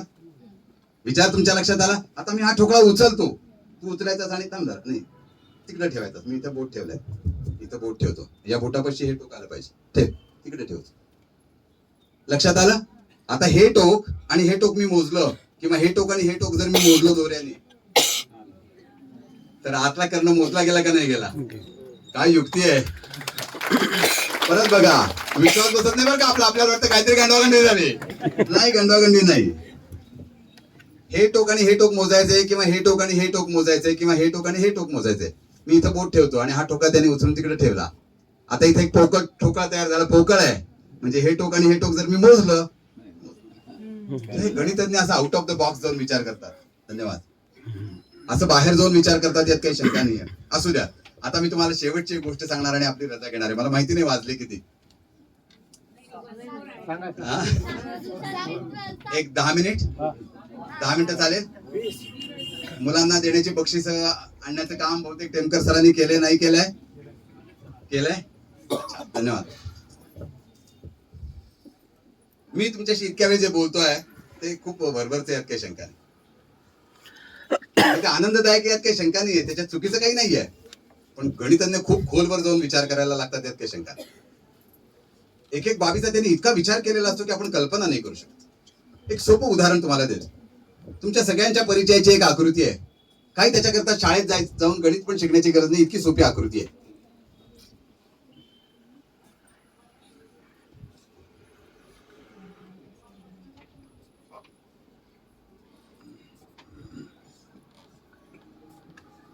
या आकृतीला काय म्हणतात तुम्हाला माहिती आहे?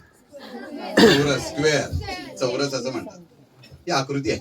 अशी कल्पना करा की याची 5 सेंटीमीटर बाजू आहे, ही 5 सेंटीमीटर आहे, उदाहरणार्थ 5 आहे. काही पण बाजू असू शकते. सगळ्यांना दिसतंय हे? थोडं हे तिकडे बाजूला घ्यायला पाहिजे. अशी सारखी काळजी घ्यावी लागते शिक्षकांनी. नाही तर मुलं म्हणतात काय चाललंय चालू द्यात. आणि समजलं का हो म्हणतात सगळे. मुलांना विचार समजलं का हो. कुठल्याही मुलाला विचारा परीक्षेचा पेपर कसा होता आजचा पेपर. सोपा. निकालाच्या आदल्या दिवशी घरात वातावरण असतं नाही जरा तो पेपर थोडा अवघड वाटला होता. अरे त्या दिवशी तर सोपा म्हणाला होतास.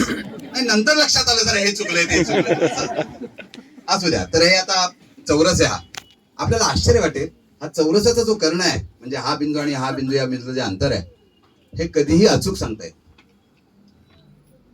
काय विशेष गोष्ट आहे बघा. कधीही अचूक मोजता येत नाही. का नाही मोजता येत. तर ही बाजू 5 आणि ही बाजू 5 असेल तर ही बाजू नेहमी कुठल्याही चौरसाबाबत जगातल्या अशा संख्येत सांगावी लागते जी संख्या कधी संपतच नाही. तुम्हाला आश्चर्य वाटेल अशा प्रकारच्या ज्या संख्या आहेत त्यांना गणितज्ञांनी एक नाव दिले अपरिमेय संख्या. ज्यांची नक्की किंमत सांगता येत. त्या संख्येला अस्तित्व आहे पण नक्की किंमत सांगता येत नाही. इंग्रजीमध्ये त्याला इररॅशनल नंबर असं म्हणतात. रॅशनल म्हणजे तर्क सुसंगतीने जे सांगता येतं ते. इररॅशनल म्हणजे मूर्खपणा. काहीच्या काही त्याचं काही नक्की उत्तर सांगता येत नाही अशी परिस्थिती. एक छोटी व्यवहारातली गोष्ट आहे. आणि पायथागोरस जो होता पायथागोरस नावाचे मोठे गणित येऊन गेले आपल्याला कल्पना आहे 2500 वर्षापूर्वी इसवी सन पूर्व 5व्या-6व्या शतकामध्ये पायथागोरसचा जन्म झाला. मोठा बुद्धिमान माणूस. किती बुद्धिमान. हिंदू संस्कृतीमध्ये प्रत्येक प्रसंगाला जसं गणपतीचं स्मरण करणं गरजेचं आहे तसं गणिताच्या प्रत्येक तासाला पायथागोरसचं स्मरण करणं गरजेचं आहे. इतका मोठा माणूस. मला आश्चर्य वाटेल पायथागोरस आपल्या देशात येऊन गेलेले त्या काळात. गौतम बुद्ध हयात होते. गौतम बुद्धांचं प्रवचन ऐकले पायथागोरसनी. ते भारून गेले ते गौतम बुद्धाच्या सांगण्याच्या पद्धतीमुळे आणि त्या तत्वज्ञानामुळे.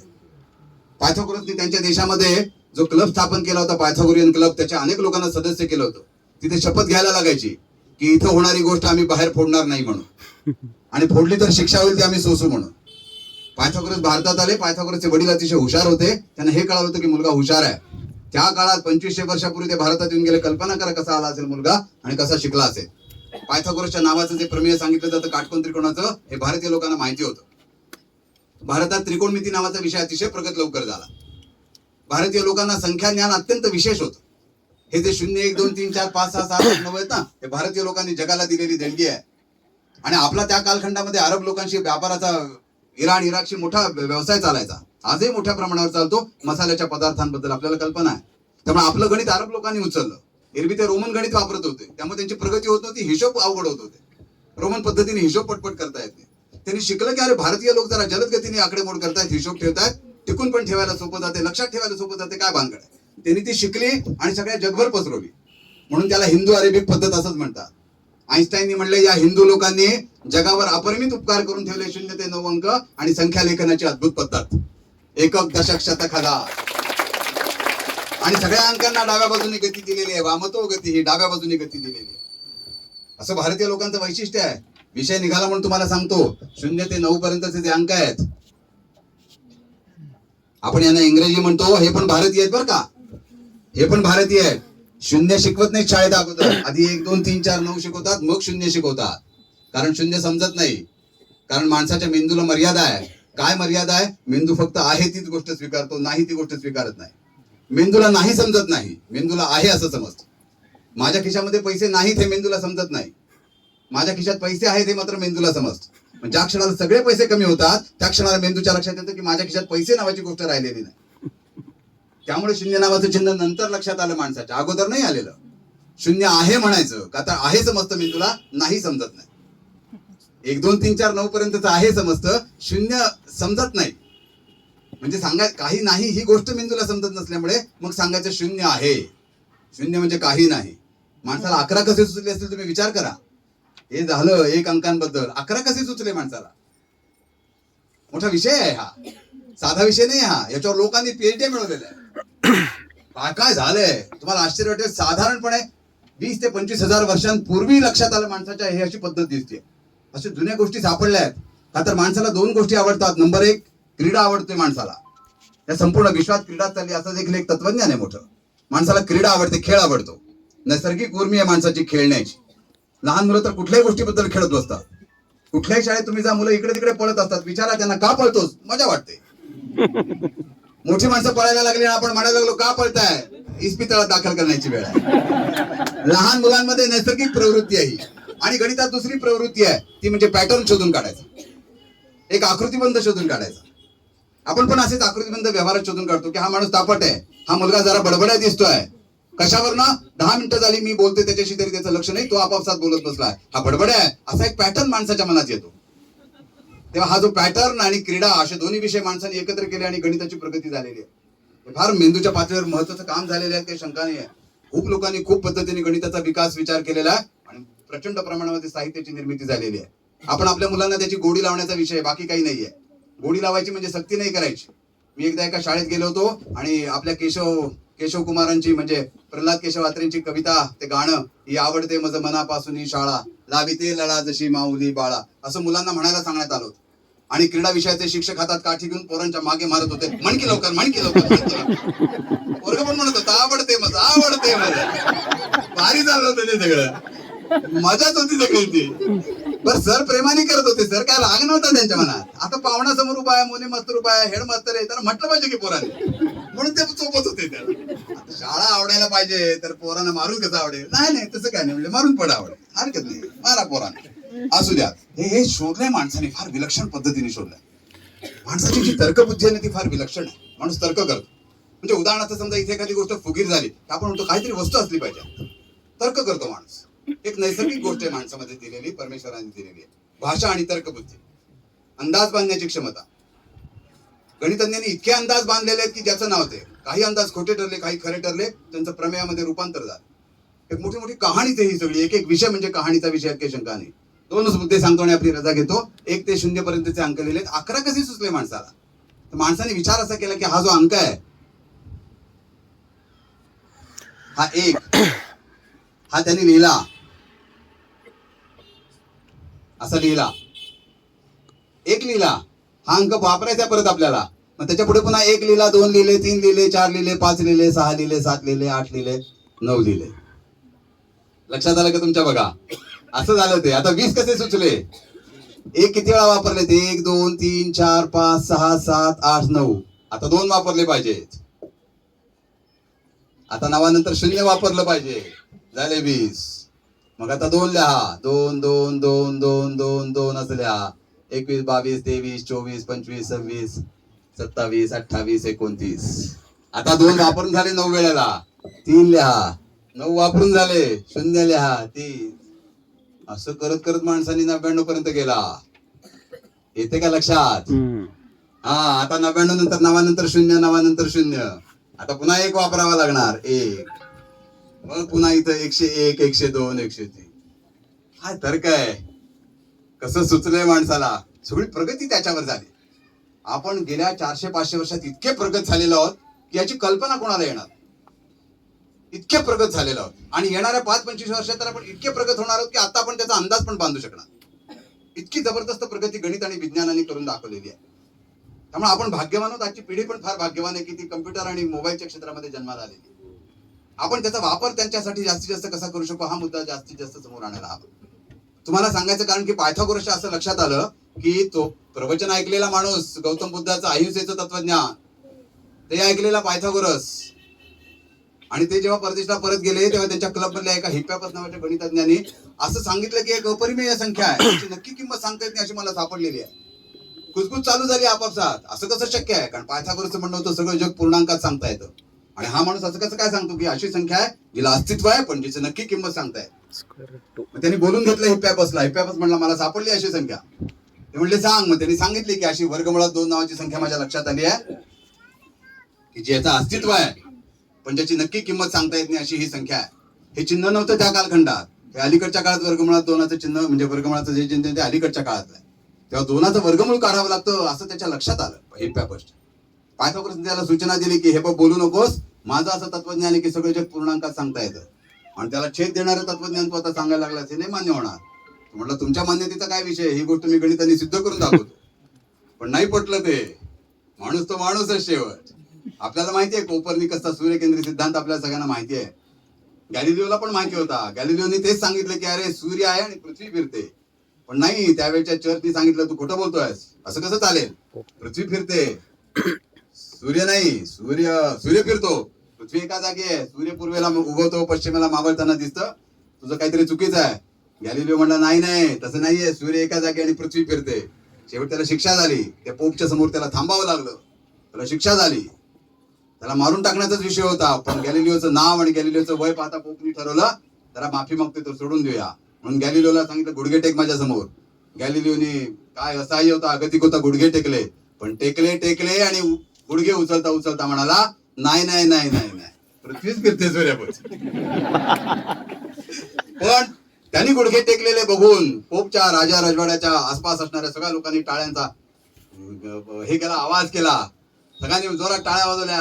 गॅलिलिओची कशी जिरवली बघा. पोपच्या समोर त्याला गुडघे टेकावे लागले. तेवढ्या त्या गदारोळात त्याचं वाक्य कोणाला ऐकूच गेलं नाही म्हणून तो सुटला. अशा बऱ्याच भानगडी आहेत गणित विज्ञानात. शेवट हे गणित विज्ञान माणसाचीच निर्मिती आहे. एका अर्थाने कृत्रिमच आहे ते, म्हणजे त्याची मांडणी कृत्रिम आहे. त्याचं अस्तित्व आहे पण त्याची मांडणी कृत्रिम आहे. गोष्ट भाषेमध्ये आली की त्याला मर्यादा येते. जोपर्यंत ती भाषेत येत नाही तोपर्यंत ती समजून घ्यावी लागते. आणि नुसती समजून घ्यायची म्हटलं तर प्रत्येकाची कल्पना वेगवेगळी होत राहते, म्हणून ती भाषेत आणावी लागते. असा हा सगळा तिढा आहे. असू द्या, सांगायचा शेवटचा मुद्दा तुम्हाला सांगतो आणि आपली रजा घेतो. आपल्या सगळ्यांना माहिती आहे की भारताचं आपलं पोस्ट कार्ड असतं, 50 पैशाला मिळतं. त्याची लांबी आणि रुंदी ही ठरलेली आहे. अशा अनेक गोष्टींची लांबी आणि रुंदी ठरवण्यात आलेली आहे. ती का ठरवलेली ते ही गणितांनी ठरवलेली आहे. तर पोस्ट कार्डाची लांबी आणि रुंदी यांचा जर भागाकार केला तर तो 1.57 येतो. 1.57. मोनालिसाचं चित्र आपल्याला सगळ्यांना माहिती आहे. व्हाईटलेस एसडी नामदारांनी एके ठिकाणी असा उल्लेख केलेला आहे, हे मोनालिसाचं जे चित्र आहे हे फार विलक्षण चित्र आहे. त्याच्यामध्ये मोनालिसा जी आहे तिला दिवस गेलेले आहेत असं त्या चित्रातनं त्यांच्या लक्षात आलं. व्हाईटलेस एसडी नामदार, मला त्यांचे मित्र चंद्रमोहन कुलकर्णी जे आंतरराष्ट्रीय कीर्तीचे चित्रकार आहेत, त्यांनी सांगितलं या ग्रस्तांना मला भेटायचंय. याला बरोबर कळालंय चित्राचा अर्थ. असू द्या, आता तिच्या दिवस जाण्याचा विषय नव्हता. आज मोठ्या रात्रीचा विषय आहे 22 डिसेंबर. तिच्या दिवस जाण्याचा नाही विषय. असू द्या, तर ते जे चित्र आहे मोनालिसाचं ते कसं खपतं, त्या चित्राची जास्त विक्री होते ज्या चित्रामध्ये लांबी आणि रुंदी यांचा भागाकार 1.57 आहे. तेच चित्र बाजारात खपतं. चौरसामध्ये नाही खपत, लंबुळक्या आयतामध्ये नाही खपत. चित्र तेच, पण लांबी आणि रुंदीचा भागाकार जर 1.57 येत असेल तर ते चित्र जास्त खपतं. इथं कोणी आर्किटेक्ट असेल त्यांना हे माहिती आहे, त्यांना त्यांच्या अभ्यासक्रमात हे शिकवलं जातं. याला म्हणतात गोल्डन रेशो, सुवर्ण गुणोत्तर. विलक्षण गोष्ट आहे ती. तुम्हाला सांगायचा शेवटचा मुद्दा तेवढाच आहे. आपल्याला सगळ्यांना माहिती की ऐश्वर्या राय छान दिसते, म्हणजे वाटतं सगळ्यांना. अभिषेकलाच वाटतं असं नाही, सगळ्यांनाच वाटतं की ऐश्वर्या राय छान दिसते. का छान दिसते? फक्त अभिषेकला नाही दिसत, सगळ्यांना छान दिसते. हे कुठे फेसबुक वगैरे असेल ते बंद करा बरं, काय आतलं काहीतरी सांगू नका, नाहीतर व्हायचं सगळं आमच्या घरावर आंदोलन आंदोलन. ऐश्वर्या रायच्या चेहऱ्याची उंची आणि रुंदी यांचा भागाकार केला तर तो 1.57 येणार. तुम्ही म्हणाल काय मोजायला गेला का काय? नाही नाही, असं काय कोणी कोणाला मोजून देणार नाही. सुंदर दिसणाऱ्या गोष्टीमध्ये हे गुणोत्तर सापडतच. असं आहे ते. फार विशेष गोष्ट आहे. आपल्या शरीरामध्ये ठिकठिकाणी 1.57 सापडतो. म्हणून काही लोकांचं धड चांगलं दिसतं आणि काही लोकांचा चेहरा धड दिसत नाही, कारण तिथे ते गुणोत्तर सापडत नाही. लांबी आणि रुंदीचा भागाकार 1.57 आला की ते गुणोत्तर सुंदर दिसते, यात काही शंका नाही. घरांच्या खिडक्यांच्या रचना तशाच कराव्या लागतात, उंची तशीच ठेवावी लागते. ताजमहाल विनाकारण चांगला दिसत नाहीये, त्याच्या मागे कारण आहे. म्हणजे मुमताज करता तो बांधला ते वेगळं कारण आहे ऐतिहासिक, त्याच्याबद्दलचा आपला विषय नाही आहे. पण तिची कलाकृती म्हणून, शिल्प म्हणून जे आहे त्याच्यामध्ये ही गोष्ट सापडते. तेव्हा असा गोल्डन रेशो आहे आणि या गोल्डन रेशोने जगावर राज्य केलेलं आहे. ज्या ज्या गोष्टींनी जगावर राज्य केलेलं आहे त्याच्यामध्ये पायथागोरसचा नियम आहे आणि गोल्डन रेशोचा. अत्यंत विलक्षण गोष्ट आहे. पायथागोरस जन्माला आले नसते तर आज आम्ही फारशी प्रगती करू शकलो नसतो. न्यूटन जन्माला आला नसता तर आपण फारशी प्रगती करू शकलो नसतो. आणि आपला सर्वपल्ली आपला हा श्रीनिवास रामानुजन जन्माला आला असता तर आपलं नाव कोणी काढलं नसतं, यात काही शंका नाही. तेव्हा आजच्या या राष्ट्रीय गणित दिवसाच्या निमित्ताने मला तुमच्या बरोबर इतक्या जणांच्या बरोबर गप्पा टप्पा करायची जी संधी या संग्रहालयाने उपलब्ध करून दिली, या संस्थेने उपलब्ध करून दिली, त्यांचे मी मनापासून आभार मानतो. मला खात्री आहे की अशी भरपूर व्याख्यानं ऐकायला तुम्ही वरचेवर याल आणि गणिताचा खरा आनंद घ्यायला काही शंका नाहीये. मध्यंतरी आमच्या शाळेमध्ये आम्ही एक गणिताचं गाणं रचलेलं होतं, ते गाणं तुम्हाला सांगतो आणि आपली रजा घेतो. मागं जे पुस्तक विक्री करता ठेवलेलं आहे ती जाताना लोकांनी जरूर खरेदी करावी. प्रत्येकाला एक पुस्तक जाताना दिलं जाणार आहे. आता भरपूर पुस्तकं आणलेली असतील असा माझा अंदाज आहे संबंधितांनी. तर मगाची सूचना आहे, एका घरातले जेवढे लोक आलेले त्यांच्यापैकी एकानेच ते पुस्तक दिलं तर सगळ्यांना पुस्तक पुरेल. इथे काही पुस्तकं आणि साहित्य ठेवलेले आहे, ज्यांना कोणाला ते बघण्याची इच्छा असेल त्यांनी ते जरूर बघावं. हे काही विक्री करता नाही आहे, बाकीची पुस्तकं मात्र विक्री करताय. त्याच्यामध्ये एक जार्थी त्यार्थी नावाचं जरा पुस्तक आहे. एक कॉपी जरा इकडे आणून देत आहे का? त्याच्यातलं जे गणिताचं गाणं आहे तेवढं मी माझ्या आवाजात तुम्हाला गाऊन थोडा त्रास देतो आणि मग आपली रजा घेतो. एका मुलाकडे द्या, तो उभं राहून मला आणून द्या. हो, आता बंद केलं तरी चालेल. हो येस, तेवढ्या पुरतच होतं करत ते. गाणं सांगू तुम्हाला आवडेल? वाच. ज्यार्थी त्यार्थी म्हण. हा तेच सांगितलं मग मी वाचायला शिकलं पाहिजे. हे त्या रेशोमध्ये छापलेलं नाहीये. तरी पण तुम्ही खरेदी करा म्हणजे पैशाचा रेशो सांभाळला जाईल. गणिताचं गाणं आहे, मीच रचलंय. हाऊस म्हणून केलेली गोष्ट आहे. आज आपली हाऊस म्हणूनच गोष्ट चाललेली आहे.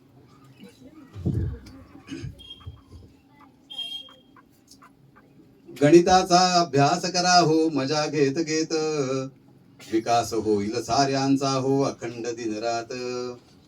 गणिताचा अभ्यास करा हो मजा घेत घेत, विकास होईल साऱ्यांचा हो अखंड दिनरात. द्विपद क्रिया या शिका लवकरी नच ठेवा भीती, शिकता शिकता सराव करिता होईल प्रगती. सर्व ठिकाणी ठरे मदतीचे केवळ गणित, घरे बांधण्या औषध घेण्या अथवा संगीत.